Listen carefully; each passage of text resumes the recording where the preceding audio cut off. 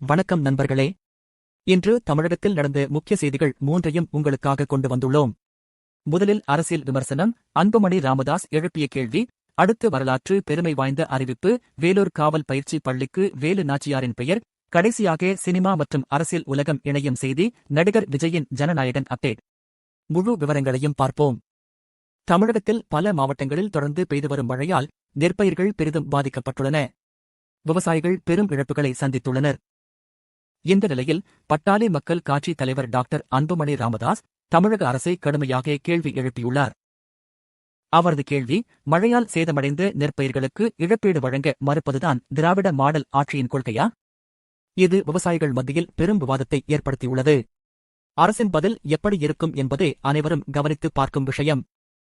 அடுத்ததாக தமிழக முதல்வர் எம்.கே. ஸ்டாலின் ஒரு முக்கிய அறிவிப்பை வெளியிட்டுள்ளார். வேலூர் மாவட்டத்தில் உள்ள காவல் பயிற்சி பள்ளி இனி வேலு நாச்சியார் காவல் பயிற்சி பள்ளி என்று அழைக்கப்படும். இது ஒரு வரலாற்று சிறப்புமிக்க முடிவு. ஏனெனில் இந்தியாவின் முதல் சுதந்திரப் போராட்ட வீராங்கனை என்ற பெருமை பெற்றவர் வேலு நாச்சியார். அவருடைய வீரத்தையும் தியாகத்தையும் நினைவுகூரும் விதமாக இப்பெயரிடல் செய்யப்பட்டுள்ளது. இந்த அறிவிப்பு தமிழக மக்களிடையே பெரும் வரவேற்பை பெற்றுள்ளது. மூன்றாவது செய்தி, சினிமா ரசிகர்களுக்கு மிகப்பெரிய அன்பளிப்பு.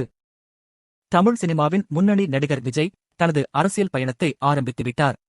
அவர் தொடங்கிய கட்சி தமிழக விஜய் மக்கள் இயக்கம் தற்போது ஜனநாயகன் என்ற பெயரில் முன்னேறி வருகிறது. இந்நிலையில் விஜய் சார்பில் புதிய அப்டேட் வெளியாகியுள்ளது. அவரது ரசிகர்கள் மற்றும் ஆதரவாளர்கள் அனைவரும் எதிர்பார்த்திருந்த அரசியல் நடவடிக்கைகள் படிப்படியாக செயல்படுத்தப்படவுள்ளன.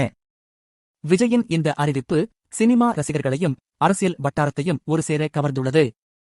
இதோ நண்பர்களே, இன்று தமிழகத்தின் 3 முக்கிய செய்திகள். அன்புமணி ராமதாஸ் விவசாயிகள் நலன் குறித்த கேள்வி. முதல்வர் ஸ்டாலின் வேலு நாச்சியாரின் பெயரில் காவல் பயிற்சி பள்ளி. நடிகர் விஜய் ஜனநாயகன் அப்டேட்.